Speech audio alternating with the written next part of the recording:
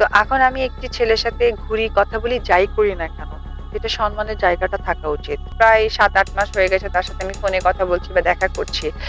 তো ও সম্মান দিতে চেয়েছে এবং আমি সম্মানটা গ্রহণ করেছি। তো লং টাইম থাকলেও আমাদের কিন্তু একটা হোটেলে থাকতে হতো। তো এখন আমি একটি ছেলের সাথে ঘুরি, কথা বলি, যাই করি না কেন, এটা সম্মানের জায়গাটা থাকা উচিত। কারো ওয়াইফ থাকতে চাই, প্রায় ৭-৮ মাস হয়ে গেছে তার সাথে আমি ফোনে কথা বলছি বা দেখা করছি। তো ও সম্মান দিতে চেয়েছে এবং আমি সম্মানটা গ্রহণ করেছি। তো লং টাইম থাকলেও আমাদের কিন্তু একটা হোটেলে থাকতে হতো। এবং তোমার জীবন জুড়েই তার নাম আছে এবং বাংলাদেশের সবচেয়ে বড় মেগাস্টার বা আরো যদি বড় কিছু বলা হয় শাকিব খান এক নামে বলো। হ্যাঁ, তো খান সাহেবকে এখনো ভালোবাসো? অবশ্যই ভালোবাসি। কি হিসেবে? হিসাবটা কি না, আচ্ছা। আমার সবকিছু মিলেই তো। হুম। একজন উপবিশ্বাস হওয়ার পেছনে মানুষটা, একজন মাতৃত্বের স্বাদেই মানুষটা, আমার গার্জিয়ান, আমার সন্তানের বাবা। সব ফেলে দাও, সব হারিয়ে গেল জীবন থেকে। আচ্ছা। নতুন উপবিশ্বাস, নতুন শাকিব খান, হ্যাঁ। এগুলো হয়নি। আচ্ছা। তাহলে এখনো কি যদি একজন এখনো ইয়াং, মানে আরো পিছনের দিকে যাচ্ছি, যখন আরো ছোট ছিলে, আরো কম একবার বয়স কি ছিল। বলি, হ্যাঁ। একজন সুপারস্টার শাকিব খানকে আমি ভালোবাসিনি। আচ্ছা। আমি যখন ভালোবেসেছি তখন উনি শুধু শাকিব খান ছিলেন। কেন ভালোবেসেছিলে? কেন ভালোবাসলাম? কেন তা জানি না, তবে না, জানতে তো হবে, তবে মা। এই মানুষটার ভেতরে আমার জন্য অনেক ভালোবাসা দেখেছি। আচ্ছা। কারণ আমার কলেজে গিয়ে এসে দাঁড়িয়ে থাকতো। হ্যাঁ, এগুলো একটু জানি। তারপরে কলেজে গিয়ে দাঁড়িয়ে থাকতো শাকিব খান? হ্যাঁ। আচ্ছা। আমি সানগ্লাস টুপি পরে? হ্যাঁ, তার একটা অ্যালোরিং আলা গাড়ি ছিল। হ্যাঁ। এটা সেও জানে। হ্যাঁ।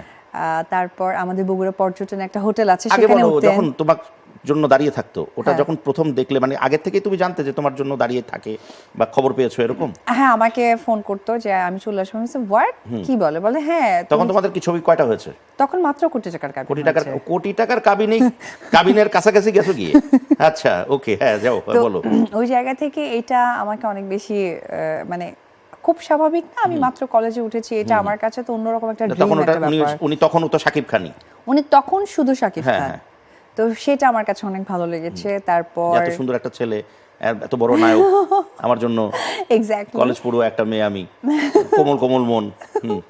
তারপর আমার জন্য সে শ্যামলী বাসে করে সে না, কোথায় বগুড়ার কি একটা গল্প বলছিল, বগুড়ার কোন রিসোর্ট বা কি জানি? আচ্ছা, এটা হচ্ছে কি আমাদের পর্যটন যে রিসোর্টটা ছিল সেখানে সে উঠতেন বেশি সময়। আচ্ছা। আর হচ্ছে শ্যামলী বাসে করে বগুড়ায় তোমার সাথে দেখা করার জন্য ওই হোটেলে যেতেন?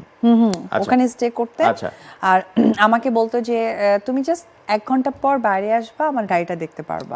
এটা উনি কিভাবে বলতেন একটু বলো না, শুনি টেলিফোনে। তাতে মিমিক্রি হয়ে যাবে। এটা দাও। তার মিমিক্রি আমার থেকে ভালো কেউ পারে না। ওইটুক শুধু শুনতে চাই। না, তখন তো আসলে এই ব্যাপারটা খুব কম ছিল। তখন ধরো ফোন দিত তো, হ্যাঁ। হ্যালো বব, জাস্ট 1 ঘন্টা পর তুমি তোমার কলেজের বাইরে আসবে, তারপর দেখতে পারবে। ওরে রোমান্স, আরে বাপ রে, রোমান্স আছে কিন্তু। আর সে তো খুব আস্তে কথা হ্যাঁ, বলতো। সে খুব আস্তে আমি কথা অনেক বলে। সময় ভাবতাম কি, হ্যালো কি বলছেন আপনি? শুনতে পারোনি? না, তুমি নিশ্চয়ই শুনেছিলে, আর একটু শুনতে চাচ্ছিলে। না, আমি তো ভয়ে শুনতে পারতাম না দাদা। অনেক সময় ভয়ে আমার কান বন্ধ হয়ে যেত, মানে আমি এমন করে আরেকটা কানে দিতাম। আই ডোন্ট নো এটা আমার কি একটা ব্যাপার, আমি অনেক ভয় পেলে আমার একটা কান বন্ধ হয়ে যায়। আচ্ছা, তারপর আরেকটা কি বলছিলে? তারপর হচ্ছে শ্যামলী বাসে করে সে চ্যাংরাবান্ধা বর্ডার হয়ে একবার ইন্ডিয়া গেছে। তো জাস্ট বাস থেকে নেমে তার ড্রাইভার ছিল একজন মনসুর আমাকে ফোন করেছে। ফোন করে বলতেছে, আপা আমরা না চ্যাংরাবান্ধা বর্ডার। আমি মানে তখন ভোরবেলা, মানে রাতে। ইন্ডিয়াতে যাচ্ছিল কেন বগুড়া ছেড়ে?